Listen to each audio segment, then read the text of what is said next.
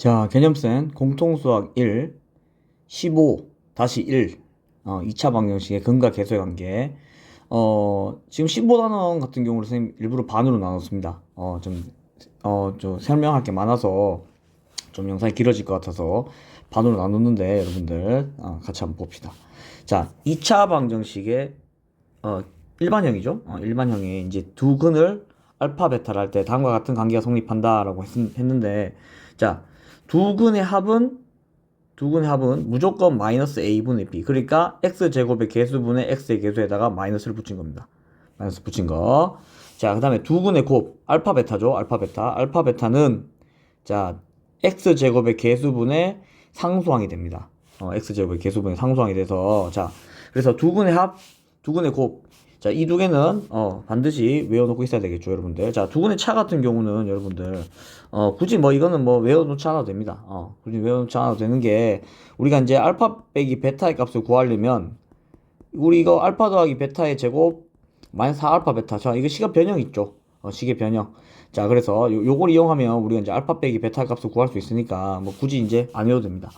자, 그러면 자, 근과 계수의 관계가 어떻게 나오는지 우리 한번 설명을 해보면, 여러분들 지금 두 근을 알파 베타라고 하는데, 여러분들 우리가 앞에서 배웠던 이제 뒤에 이게 뒤의 내용인데, 만약에 ax의 제곱 더하기 bx 더하기 c는 0의 근이 알파 베타라고 하면 우리가 자 인수 정리에 의해서 a x 빼기 알파 x 빼기 베타는 0 이렇게 바꿀 수 있죠.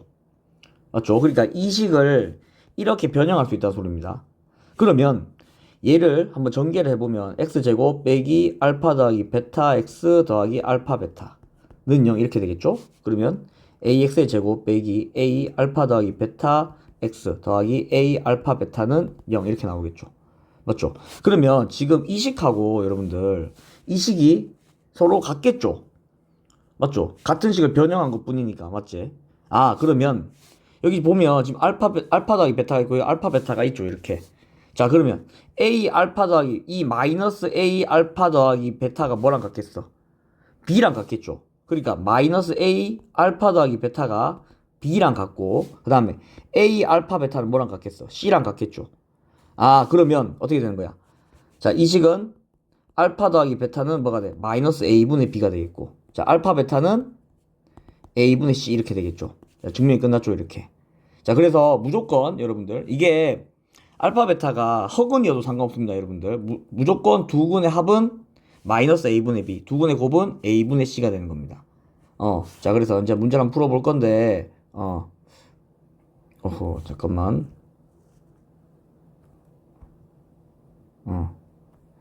자, 이제 풀어볼 건데 문제를 자 한번 봅시다. 자, 그러면 이거 굳이 왜 쓰냐? 그냥 우리 근구에서 대입하면 되는 거 아니냐라고 할 수 있는데, 여러분들 잘 봐. x제곱 빼기 3x 빼기 2는 0이라고 하는 2차 방식 내가 풀려면 이거 인수분해가 안 되기 때문에 근해 공식을 써야 돼. 맞지? 그럼 근해 공식이 딱 봐도 좀 복잡하죠. 2분의 마이너스 b 플러스 마이너스 루트 b제곱 마이너스 4ac니까 8, 17 이렇게 된단 말이야. 그럼 알파가 2분의 3 더하기 루트 17, 베타가 2분의 3 마이너스 루트 17. 자, 이거 너무 복잡하죠. 이거 대입해가지고 어떻게 풀 거야. 맞지?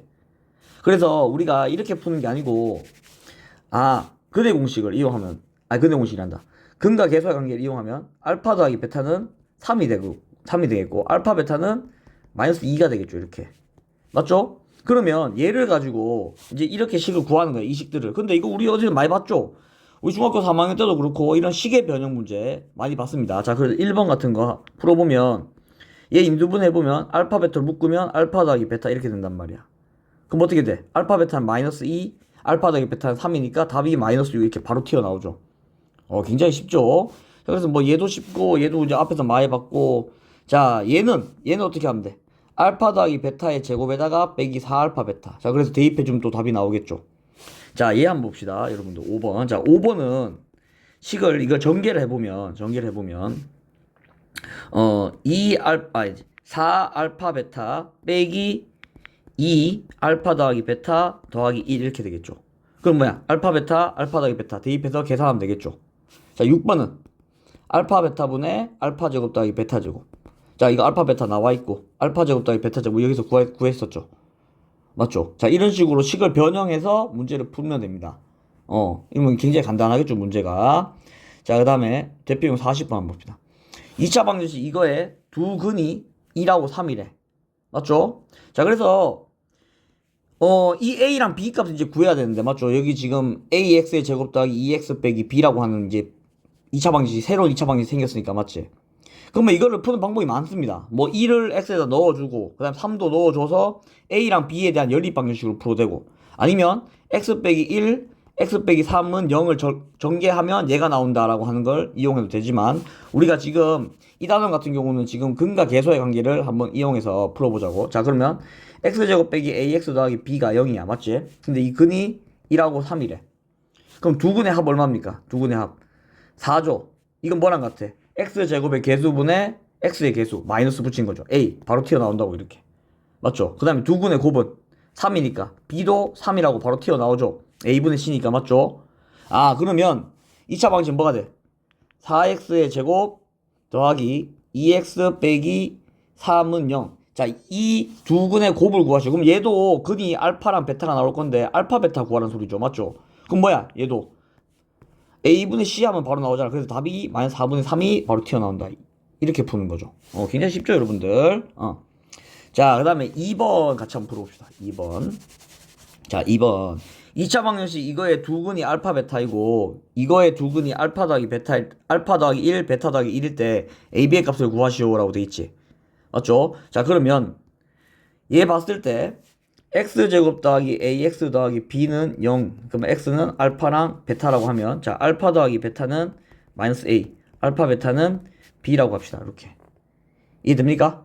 자, 그 다음에 x제곱 빼기 bx 더하기 a는 0의 두 근이, 자, 두 근이 알파 더하기 1, 베타 더하기 1이 이렇게 된단 말이야. 그러면 두 근의 합은 알파 더하기 베타 더하기 2가 되겠죠. 이게 뭐랑 같아? b랑 같겠죠. 그 다음에 두 근의 곱 알파 더하기 1, 베타 더하기 1은 a랑 같겠죠. 맞죠? 그럼 여러분 잘 봐요. 여기서 알파 더하기 베타가 마이너스 a니까 여기다가 마이너스 a 넣으면 되겠죠. 그럼 마이너스 a 더하기 2는 b 이렇게 식이 하나 나온단 말이야. 그 다음에 이거 전개해보면 알파 베타 더하기 알파 더하기 베타 더하기 1은 a라고 나와있지. 나오죠. 이렇게. 그러면 알파 베타는 b니까 b 더하기 알파 더하기 베타는 마이너스 a니까 마이너스 a 더하기 1은 a. 자, 이렇게 두 개씩이 나오겠죠. 그럼 얘들 둘이 어떻게 하면 돼? 연립하면 되겠죠. 그럼 a랑 b 값 구할 수도 있겠죠. 이해됩니까? 무슨 말인지? 이렇게 보면 굉장히 쉽죠, 여러분들.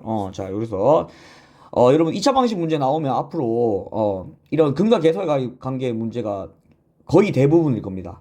그렇기 때문에 여러분들 근과 계수의 관계 꼭 생각하면서 문제를 풀어야 돼. 자, 그 다음에 유형 41번 한번 봅시다. 자, x에 대한 2차 방정식이 자, 요렇게 있는데, 자, 두 근의 차가 2래. 맞죠? 자, 그러면 x제곱 더하기 2mx 그 다음에 더하기 m제곱 빼기 2m 더하기 3은 0 이렇게 되어 있는데, 맞죠? 봐봐, 이 근이 두 근의 차가 2래. 그러면 하나를 내가 알파로 놓으면 다른 하나를 알파 빼기 2라고 놓으면 되겠죠. 아니면 알파 더하기 2로 놓든지. 그러면 뭐야? 얘랑 얘가 차가 무조건 2가 나겠죠. 됐습니까?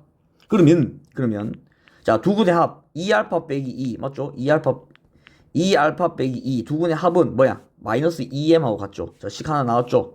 두 번째 식은 두 근의 곱 알파 빼기 2는 뭐랑 같겠어?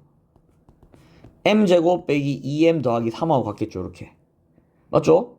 그럼 여러분 우리가 지금 m을 구해야 되니까 이거 지금 2로 다 나누면 알파 빼기 1은 마이너스 m 이렇게 된단 말이야.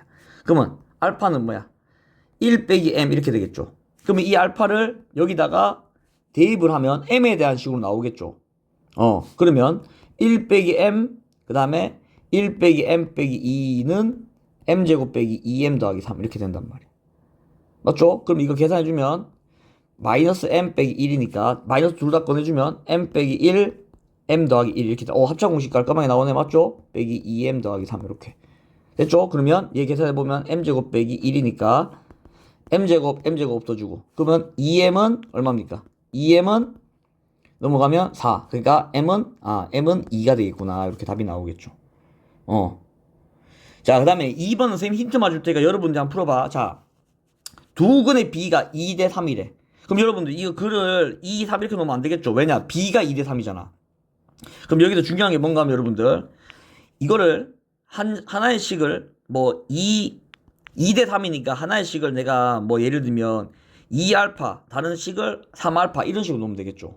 그럼 뭐야? 얘들 둘이 B가 무조건 2대 3이겠지.